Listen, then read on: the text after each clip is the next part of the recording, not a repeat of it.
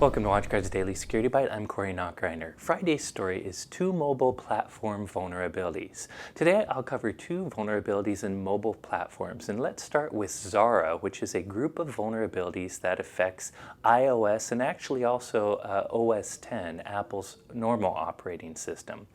Zara comes from researchers from a number of universities like Indiana and Peking, and basically these guys found 4 different vulnerabilities in the way that apps talk to each other and talk to the OS. And these vulnerabilities allow you to do a number of bad things. For instance, an app can actually start a new keychain, and then it can trick other applications to use that keychain and then snoop on your keychain passwords.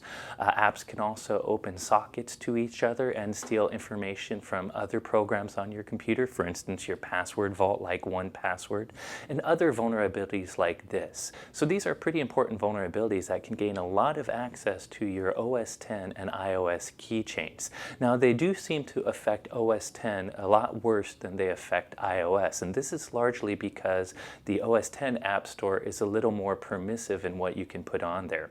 One important part of these vulnerabilities is in order for a bad guy to leverage them, he needs to get a malicious application on your OS X or iOS device, and this can be kind of hard.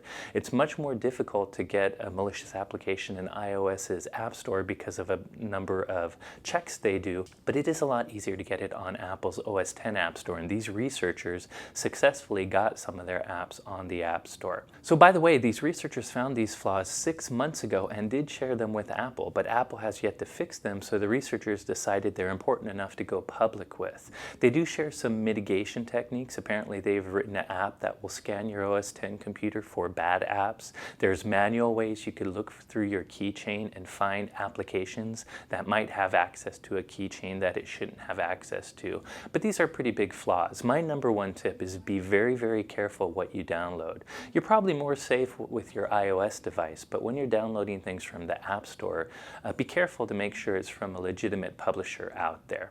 Now, there's a lot of very technical details about these flaws. If you're really interested in them, be sure to check the blog post, which will have a link to the research paper and a lot of good write-ups that will take you step by step through each of the vulnerabilities. On to the second mobile vulnerability, which affects Android, or specifically Samsung Android devices. Samsung devices ship with something called the Swift keyboard, and this keyboard actually has an update mechanism that automatically allows it to get the latest language packs. The problem is there's a flaw in this mechanism that makes it easy for a bad guy to set up a fake proxy server and deliver malicious content through the update mechanism. Now, this is actually a hard vulnerability to exploit. You have to somehow get yourself between the Android phone and the update server it's trying to get to. So this type of attack would probably only happen on public wireless networks, perhaps cellular networks, but in that case the attacker would have to gain some sort of access to that network in some sort of man-in-the-middle attack. Anyways, these are interesting vulnerabilities. I'll be sure to post links to the Samsung one as well. And there's even a third set of mobile vulnerabilities affecting Android devices. Basically, a lot of Android apps don't implement HTTPS logins properly, and as a result you can sniff a lot of clear text passwords.